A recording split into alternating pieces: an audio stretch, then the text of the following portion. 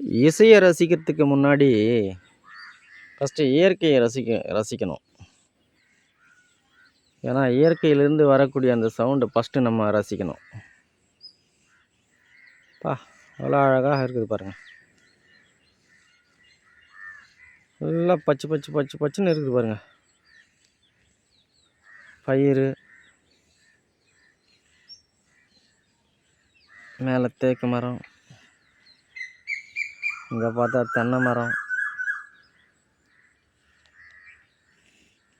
ரொம்ப அழகாக இருக்குதுல்ல? ரொம்ப அழகாவா? செம்ம சூப்பராக இருக்குது.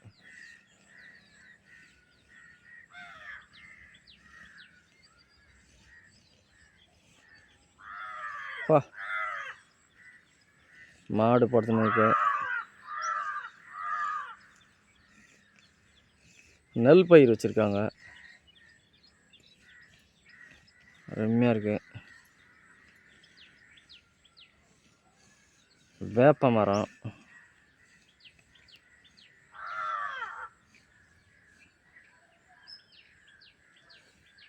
இது வந்து பூர்ச மரம்.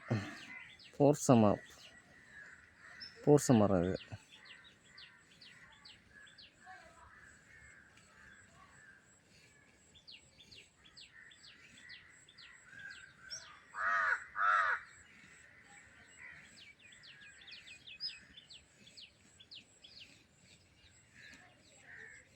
இயற்கையிலிருந்து வரக்கூடிய எல்லா சவுண்டுமே ஒரு இசை தான்.